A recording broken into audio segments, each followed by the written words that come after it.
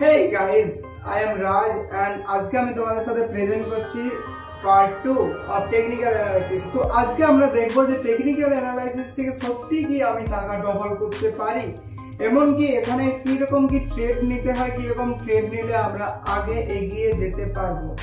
So if we focus on Nifty CAGR return, okay, 10 to 12% every year, Nifty CAGR return.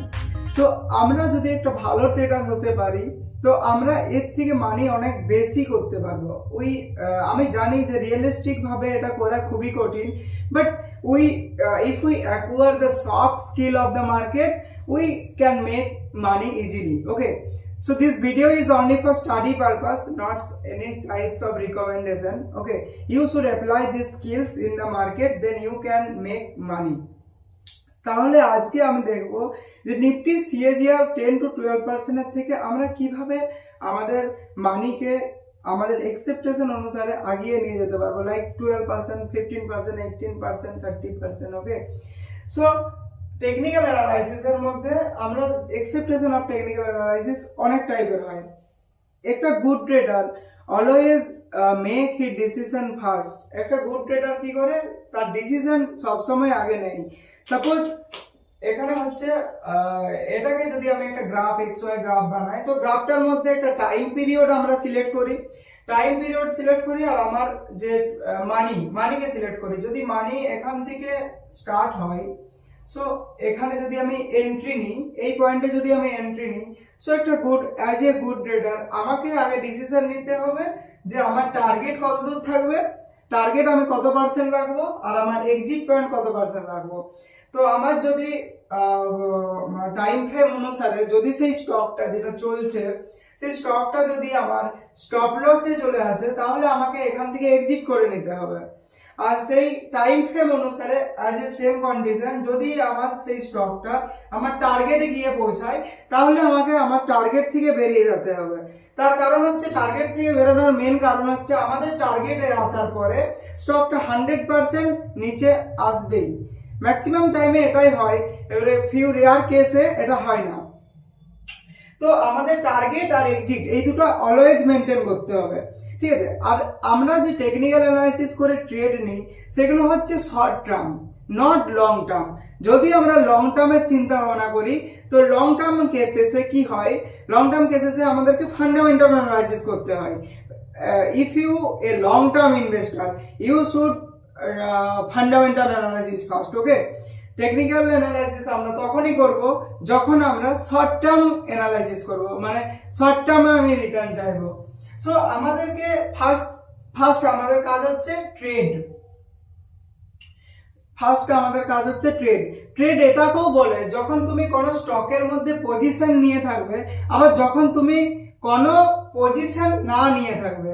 You should observation the situation, no position is a position. এটাই আমাদেরকে ফার্স্টে মাথায় রাখতে হবে যে আমি যদি কোনো পজিশন স্টকটার মধ্যে না নিই, সেটাও একটা পজিশন। ওকে, সেটা আমাদের মেন্টালিটি আমাদের চেঞ্জ হয় যে হ্যাঁ এই স্টকটা এই কারণের জন্য আগে গেল। তো আজকের এই এক্সেপ্টেশন অফ টেকনিক্যাল অ্যানালাইসিসের যে কি পয়েন্টগুলো আছে সেগুলো আমি প্রোভাইড করব ডেসক্রিপশনে। সেখান থেকে তুমি কি পয়েন্টগুলোকে নোট করবে, যেমন তুমি পার্ট 1-এ কি পয়েন্টগুলো নোট করেছিলে, আজকে সেকেন্ড পার্টে কি পয়েন্টগুলো নোট করবে। থার্ড পার্ট যেটা থাকবে সেটা হচ্ছে চার্ট প্যাটার্ন। এরপর আমরা শিখবো চার্ট প্যাটার্ন কিভাবে কাজ করে, চার্ট প্যাটার্ন কত রকমের হয় সেগুলো দেখবো। সো ফার্স্ট হচ্ছে আমরা ট্রেড নেবো শর্ট টার্মের জন্য। শর্ট টার্ম মানে কতদিন, সেটা 1 মিনিটও হতে পারে, সেটা ইন্টারডেও হতে পারে, মানে সেটা শুধু আজকের দিনের জন্য ট্রেড হতে পারে, আবার সেটা 1 উইক হতে পারে, 1 মান্থ হতে পারে, not more than that. 1 month, 2 month, বাস। আমাদের টেকনিক্যাল অ্যানালাইসিস তখনই কাজে লাগে যখন আমরা 1 মাস 2 মাস পর্যন্ত হার্ডলি ওটাকে ধরি, তাহলেই ওটাকে বলে অরিজিনাল টেকনিক্যাল অ্যানালাইসিস। যদি সেই স্টকটার মধ্যে ফান্ডামেন্টালি স্ট্রং হয়, এমনকি যদি সেই স্টকটার মধ্যে অনেক গভর্নমেন্টের অর্ডার আসে, তবে পরেই আমরা সেটার মধ্যে এন্ট্রি নিতে পারি in a long term cases. Okay, আর সেকেন্ড হচ্ছে রিটার্ন ইন ট্রেড। আমাদেরকে অবজারভেশন করতে হবে যে কত পার্সেন্ট আমি রিটার্ন এটা থেকে পেতে পারি, তবেই আমি ওটার মধ্যে এন্ট্রি নেব। তার জন্য হচ্ছে technical analysis best. Technical analysis করে আমরা প্রাইসকে অগ্রাধিকার দিই। প্রাইস যদি আগে মুভ, আমরা প্রাইসের যদি মুভ দেখতে পাই তবে পরেই আমি সেই স্টকটার মধ্যে এন্ট্রি নেবো। তার জন্যে when you are in no position you are in position, তুমি যখন কোনো পজিশন না নিয়ে তোমার ফান্ডে জাস্ট ব্যালেন্সটাকে রেখেছো, তুমি একটা পজিশনের মধ্যে আছো, সেটাই হচ্ছে তোমার মেন্টালিটি। ওকে, আর হচ্ছে টেকিং রিস্ক।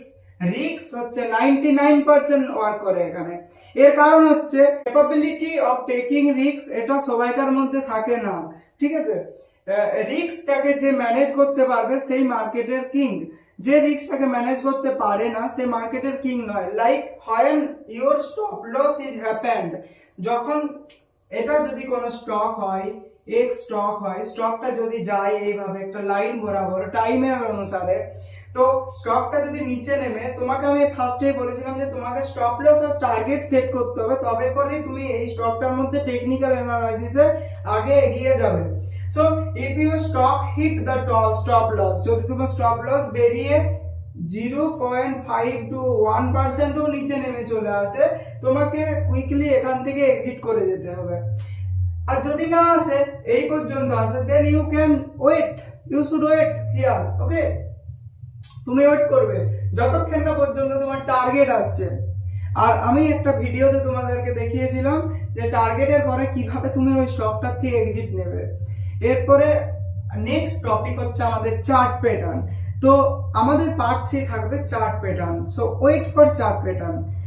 মার্কেটের রাজা সেই যে আস্তে আস্তে ওয়েলথ বানায় এবং নিজের মধ্যে সান্ত্বনা রাখে, যে মানিটাকে আস্তে আস্তে লং টার্ম কেসেসে আমাদের যত বড় বড় অ্যানালাইজার আছে, যত বড় বড় ইনভেস্টর আছে, সবাই লং টার্ম অ্যানালাইসিসে, মানে সবাই লং টার্মে পয়সা বাড়িয়েছে।